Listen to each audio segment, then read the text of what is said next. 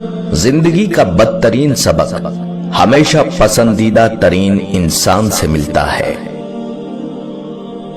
जिंदगी में कभी खुद को किसी का आदी मत बनाना, क्योंकि इंसान बहुत खुदगर्ज है।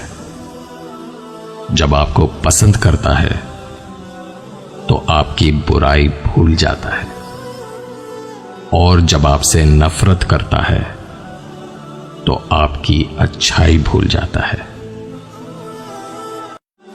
घड़ी वक्त बताती है और वक्त लोगों की औकात।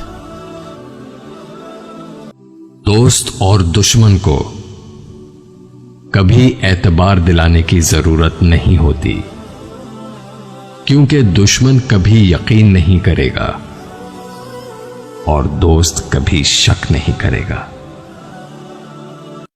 कभी कभी मीठी गुफ्तगू करके लोग आपको इज्जत नहीं, धोखा दे रहे होते हैं।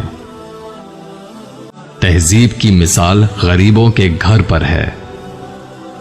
दुपट्टा फटा हुआ है पर उनके सरों पर है।